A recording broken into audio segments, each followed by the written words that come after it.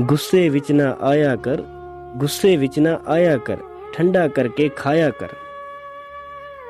दिन तेरे भी फिर जाणगे, दिन तेरे भी फिर जाणगे, एवें ना घबराया कर।